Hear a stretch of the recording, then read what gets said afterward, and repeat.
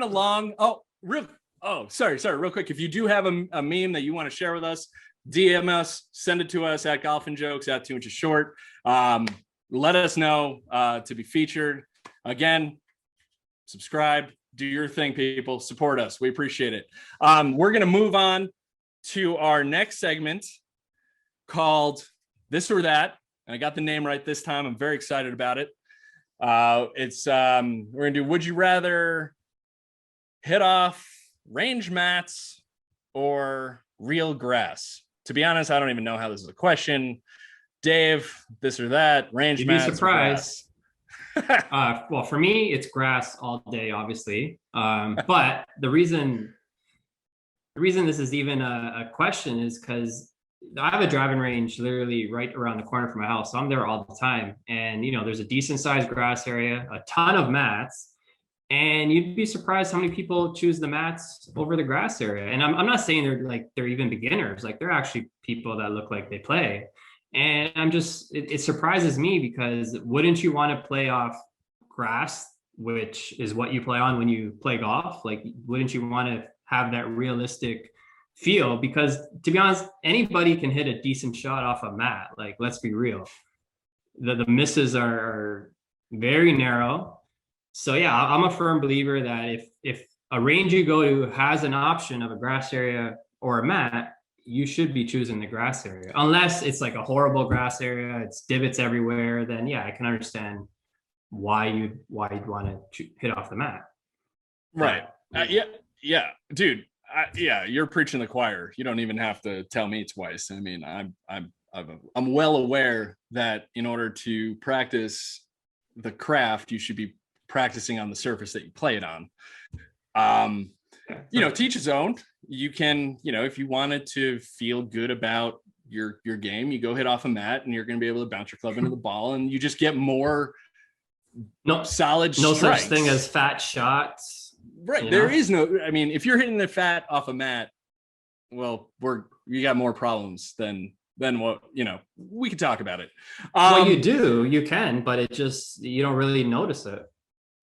I mean, you notice it if you're a good player and you know what those feelings feel like. But for most players, right, even though they're hitting a fat off a mat, they're like, "Oh, good shot."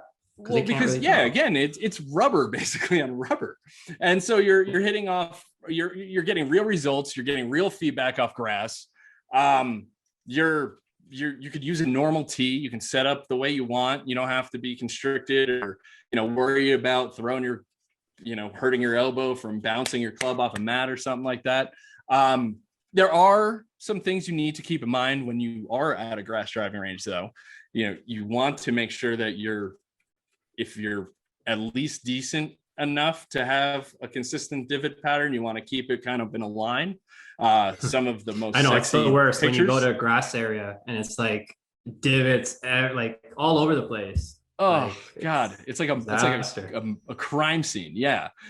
But some of the best photos you see, like especially like on the internet, I've seen like the Bryan brothers that divot porn posted some divot. Yeah, basically it's divot porn. It's just strips of perfection, dollar bills, especially when you're watching. Like, do you remember that video of Tiger? I'm just remembering this of Tiger when he's just hitting like every single shot, and you just hear every single shot, and it's just perfection. That's what you want from a practice session. I understand, you got to clean your clubs or whatever, but like you got to clean your clubs. You know what? To be honest, you still need to clean them from the mats. I mean, not so much, because you still get the green marks from the mats under the club, but I guess people don't really care about under the club, but still. I care about that because I care too. Yeah. I clean my clubs all the time. Yeah, my clubs are spotless. So, I don't see how if you are up in the air for some reason between a mat or a grass driving range and you have an option, think about the grass. It might help you, down the road. Again, having the option is also, you might not have the option. I used to live in New York City, and all I had really was Chelsea Piers. And if you're not familiar with that, that's on the west side of Manhattan, and it's a 4-story driving range that has an automatic tee and the whole shebang. You got to make reservations, but it costs like $1. Like Topgolf. It's kind of, yeah, it's like Top Golf without the Top Golf. Who knows if they're going to make it one day. Hopefully But not. Hopefully not as expensive as Top Golf. I mean, either. well, it's like $1.50 a golf ball, like a swing, and it's kind of tough. I mean, when you're in that environment, that's why I'm not in that environment anymore. Now I go to a range and I work at a golf course, and they're golf ball free. And other driving ranges, are somewhere between the range of like $4 and $8 for like a small to medium, and probably like 8 to 12 for a large.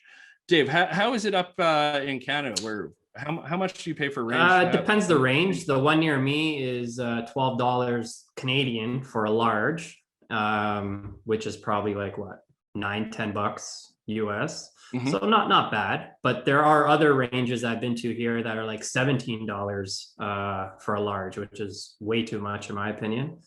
So yeah, the one near me is like 80 balls, right? Like that's the give or take. I think it's around 70 to 80 balls a large, 80, yeah, something like that. Yeah.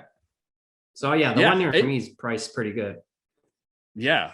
Well, did you do your research, or you just got lucky? No, it just got lucky. It just happened to be around the corner from the house I bought, and nice. That's it. Yeah. Nice, man. There all the time. Yeah. And then we were talking about that other quick subject about free golf balls with a purchase of a greens fee. Maybe one day we'll live in a world where we could practice the game before we get out there. I mean, for the most part, good top courses, when you're paying, a premium to play there, the range balls are included. That's usually the case. But then they have those mid-range courses where you're paying even still over $100 to play there, and you still got to buy range balls sometimes. Like, come on, man. Yep. And yeah, it is ridiculous. And then also, just bringing up Top Golf again. Top Golf is really the only place I'm going to want to hit golf balls off a mat if I have to, just because it's fun. And it's fun. Top Golf is fun. It's going to be a whole other topic we'll get into. I've been once. I went to the one in Vegas, and yeah, it was fun for sure. Mm-hmm. And you could like simulate a whole round of golf now, and putting is a 30-yard chip, but now to be honest, when I went, like the actual game Top Golf or whatever, like I never did that. We just kind of just hit balls and that's it. I know there's people that go and actually play the game they have there, right?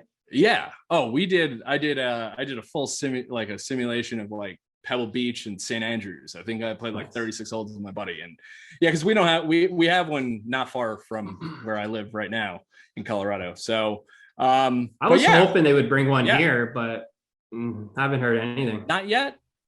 No, nothing. I think there was talks of it, and then I don't know what happened. Well, you got to be allowed to have them open before you could start building a Top Golf, or you want to start building it before they're open, right? So. Yeah. I'm sure eventually they'll come here, but who knows? Yeah. Well.